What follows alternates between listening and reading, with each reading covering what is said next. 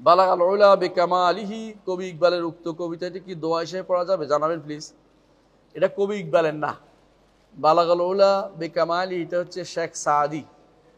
শেখ সাদির একটা কিতাব আছে গুলিস্তান, গুলিস্তানও বলে এটাকে, নুটা অনেকে পড়ে না, গুলিস্তান, গুলিস্তান আমাদের। হ্যাঁ, আসলে এটা ফুল বাগান অর্থে, একসময় বোধহয় এখানে কোনো ফুল বাগান ছিল বাংলাদেশে, এই জন্য গুলিস্তান নাম দিছে। তো আলাকুল্লে হাল বালাগাল উলা বিকামালিহি পড়লে কোনো সওয়াব নাই, দোয়াও নাই এটাতে, এটাতে দোয়াও নাই। এটার অর্থ হচ্ছে রসুল দোয়া কেমনে, রসুল তার কামালে পূর্ণতায় অনেক উপরে উঠেছেন। কাশাফাত দুজা বিজামালিহি, সৌন্দর্য দিয়ে তিনি অন্ধকারকে তুরিহিত করে দূরে দিয়েছেন, অন্ধকার তাড়িয়ে দিয়েছেন। হাসুনাত জামিউ খিসালে, তার সকল চরিত্র সুন্দর। সল্লু আলাইহি ওয়া আলি, তোমরা সবাই তার উপর সালাত পাঠ করো। কিছু করছে? সালাত পড়ছে? পড়ে নাই। এটা দ্বারা কিছু দোয়া হইল? দোয়া হয় নাই। বুঝছেন তো কথাটা?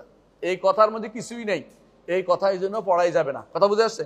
এটা বেহুদা আচরণ করে লাভ নাই। এটা হচ্ছে দুনিয়ার কবিতা রচনা করে, কবিরা অনেক কিছু চিন্তা করে এগুলি লিখছে। এইটার সাথে সওয়াবের কোনো সম্পর্ক নাই, দোয়ার কোনো সম্পর্ক নাই। এটার সাথে দুরুদও হয় না। দুরুদ পড়তে বলে নাই, দুরুদ পড়ে নাই, বলছে তোমরা পড়ো, এ পড়ে নাই, তোমরা পড়ো বলছে।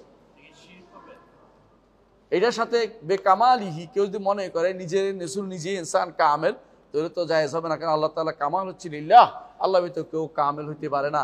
এই জন্য যদি আল্লাহ তাআলা কামাল দিচ্ছে মনে করলে শিরিক হবে না। নিজে নিজে রসুল কামাল হয়ে গেছে কেউ যদি বিশ্বাস করে, তাহলে সেটা শিরকে পরিণত হবে। এই জন্য সন্দেহজনক জায়গায়, এই জন্য শিরিক সরাসরি না বলে কোনো কোনো কারণে শিরিক হইতে পারে, নাহলে শিরিক নাও হইতে পারে। জি।